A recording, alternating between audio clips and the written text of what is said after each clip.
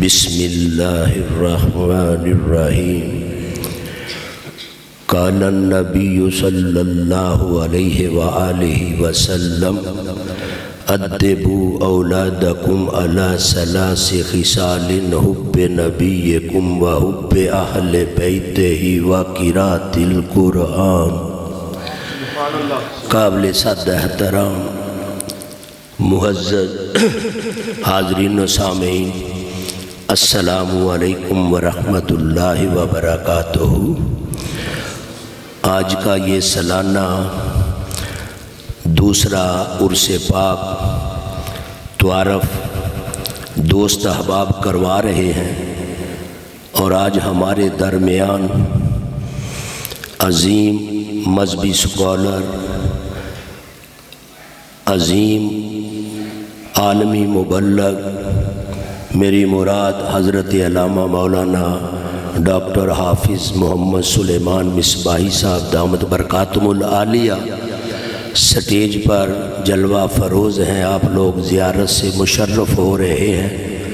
میں زیادہ دیر آپ لوگوں کے درمیان رکاوٹ نہیں بننا چاہتا۔ میرے قریبی دوست 15 یا 18 سال کا عرصہ میں نے حضرت علامہ مولانا حافظ محمد اسلم صدیقی صاحب رحمۃ اللہ علیہ کے ساتھ گزارا، اور 15 سال کے قریب انہوں نے ہرڑ کے ہمارے علاقہ میں جو 2 مین مساجد ہیں وہاں پر امامت اور خطابت کے فرائض بھی انجام دیے، اور پھر 15 سال ہم نے مل کر جماعت اہل سنت ضلع سیالکوٹ کے ساتھ کام کیا، اور آپ جماعت اہل سنت تحصیل سیالکوٹ کے پھر ناظم تبلیغ بھی تھے، اور پھر پاکستان کے علاوہ ڈسٹرکٹ سیالکوٹ کا جو حلقہ ہے،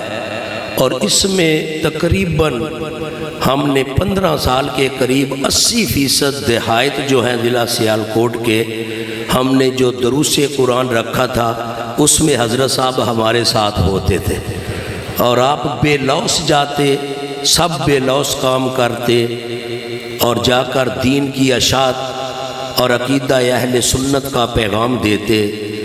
رب نے عقیدہ پر اتنی جرأت عطا فرمائی اس عظیم شخصیت کو کہ ان کے سینے میں ذرا سا بھی خوف نہ ہوتا۔ جب عقیدہ کی بات ہوتی، سامنے چاہے جتنا بھی مضبوط علاقہ کا کوئی بندہ آ جاتا تو عقیدہ پر وہ ڈٹ جاتے، اور کئی بار تو سٹیج پر لوگوں کے ساتھ پھر جھگڑا بھی ہوا، اور اللہ کے فضل و کرم سے آپ نے حق پر رہ کر حق کی آواز کو بلند کیا، اور ایسا خالق کے کائنات نے ان کو جرأت مندانہ کردار ادا کیا کہ رہتی دنیا تک یاد رکھا جائے گا۔ اور ان کے سینے میں قرآن، کیونکہ ان کے پاس قرآن پڑھنے والے شاگرد بھی بیٹھے ہیں، ڈاکٹر صاحب نے بھی آپ سے قرآن پڑھا، اور میں خود ان کو اپنا استاد مانتا ہوں۔ 15 سال جب بھی مجھے کسی جگہ کسی آیت کی ضرورت محسوس ہوئی تو میں نے صدیقی صاحب سے فون کیا، فوراً بتلایا کہ فلاں پارہ، فلاں آیت، فلاں صفحہ کھول کر اسے یاد کر لے، اور پھر جمعۃ المبارک کی تیاری میں ہمارا رابطہ رہتا، اور پوچھتے آج اس جمعہ موضوع کیا ہے، جب بتلایا جاتا تو 5-6 آیتیں اس جمعۃ المبارک کے موضوع پر پڑھ کر مجھے سناتے کہ یہ آیتیں ساتھ شامل کر لیں۔ اتنا خالق کائنات نے آپ کو یہ ذہن عطا فرمایا تھا، اور منزل پھر رب نے اتنی پکی عطا فرمائی کہ پیچھے کھڑا ہوا حافظ جو ہے پورا مہینہ پورے قرآن میں ایک بھی لقمہ دینے کا اسے موقع نہ ملتا۔ اتنا رب تعالیٰ نے ان پر اپنا خاص کرم فرمایا ہے۔ تو جو میں نے حدیث مبارکہ پڑھی ہے اس کے ساتھ بڑی نسبت آپ کی گہری ہے۔ ادبوا اولادکم علی ثلاث خصال حب نبیکم وحب اہل بیتہ وقراءۃ القرآن۔ فرمایا کہ میرے آقا نے اپنی اولاد کو 3 چیزیں سکھاؤ۔ سب سے پہلے کیا سکھانا ہے؟ تم نے اپنے نبی کی محبت سکھانی ہے، اپنے نبی کی محبت سکھانی ہے، اور ان کے سینے میں جو نبی کا عشق تھا وہ ہم جانتے ہیں، جنہوں نے ان کے ساتھ 15-18 سال گزارے ہیں۔ پھر اس کے بعد اپنی اولاد کو اہل بیت کی تو نے محبت سکھانی ہے، اور اس کے بعد تیسرے نمبر پر وَقِرَاتِ القرآن، اپنی اولاد کو قرآن پڑھنا سکھانا ہے۔ یہ چیزیں تینوں ان کے پھر وجود کے اندر موجود تھیں، اور آگے پھر شاگردوں میں اپنی اولاد کے سینوں میں وہ چیزیں منتقل کرتے ہوئے اس دنیا سے پردہ فرما کر گئے۔ روایتوں میں آتا ہے قیامت کے دن ہر کوئی رب کی بارگاہ میں التجا کرے گا اور دعویٰ دائر کرے گا، اپنا حق لے گا، اور قرآن کے بھی کچھ حقوق ہیں۔ روایت میں 5 حقوق قرآن کے ہیں۔ خالق کائنات کی بارگاہ میں قرآن بھی دعویٰ دائر کرے گا، اپنا حق جو ہے وہ لے گا، اور جب دعویٰ دائر ہوگا تو آگے سے جواب کیا ملے گا؟ جو میرے آقا نے فرمایا، قرآن سب سے پہلے یہ پوچھے گا، اے مولا اس سے پوچھا جائے کیا اس نے مجھے سیکھا ہے؟ سب سے پہلے قرآن کو سیکھنا ہے، پھر اس سے پوچھا جائے کہ کیا سیکھ کر اس نے مجھے بعد میں پڑھا ہے، پھر پڑھ کر کیا اس نے مجھے سمجھا ہے، اور سمجھ کر کیا اس نے مجھ پر عمل کیا ہے۔ اور 5واں حق جو قرآن کا ہے، نمبر 5واں آ گیا، درجہ اس کا اعلیٰ ہے، وہ یہ ہے کہ قرآن پھر سیکھ کر، پڑھ کر، سمجھ کر، عمل کر کے اسے دوسروں تک اس نے پہنچایا ہے۔ یہ حق قرآن۔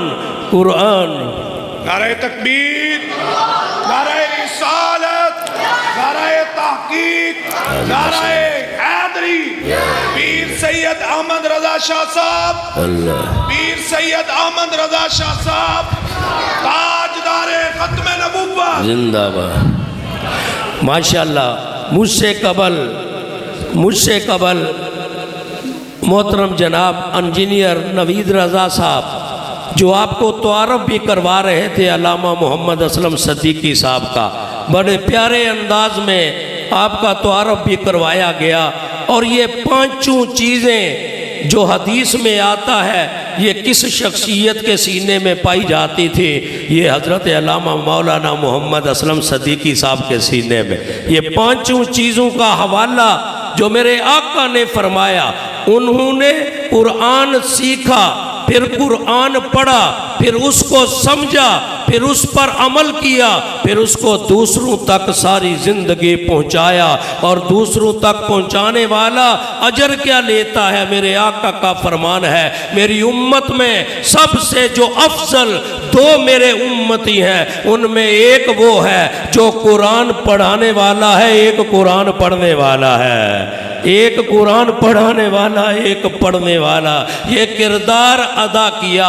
اور آخری جو جملہ میں آپ کی نظر کرنا چاہتا ہوں، میرے اور آپ کے آقا کا فرمان ہے، اور جس کا مفہوم میں آپ کے سامنے رکھنا چاہتا ہوں۔ میرے آقا فرمایا 4 قسم کا اللہ کا بندہ بن کر زندگی بسر کرنا کامیاب ہو جائے گا، 5ویں قسم نہ بننا ورنہ ہلاک ہو جائے گا۔ 4 قسم کا کیسے بن کر زندگی بسر کرنی ہے، یہ علامہ اسلم صدیقی صاحب کے وجود میں یہ 4 چیزیں بڑی ظاہری طور پر نظر آنے والی ہیں۔ پہلی جو چیز میرے آقا نے فرمایا، سب سے پہلے تو نے طالب علم بن کر زندگی بسر کرنی ہے، تو نے دین سیکھنا ہے، قرآن کا علم سیکھنا ہے۔ علامہ صدیقی صاحب نے قرآن سیکھا، پھر کہا قرآن پڑھ کر، طالب علم بن کر تو نے عالم بننا ہے، پھر عالم بن کر اس نے کردار ادا کیا، دنیاوی پھر ٹیچر بن کر بھی خدمت خدمت کی اور مساجد میں امامت اور خطابت کے فرائض انجام دیتے رہے۔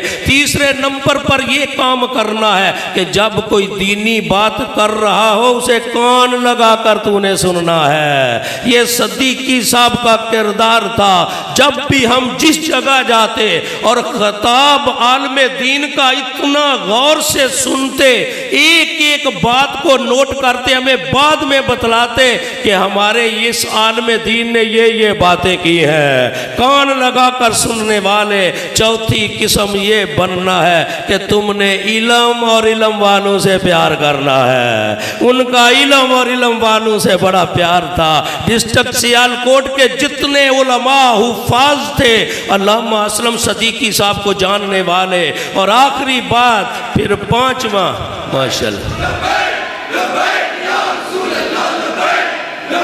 بس آپ بیٹھ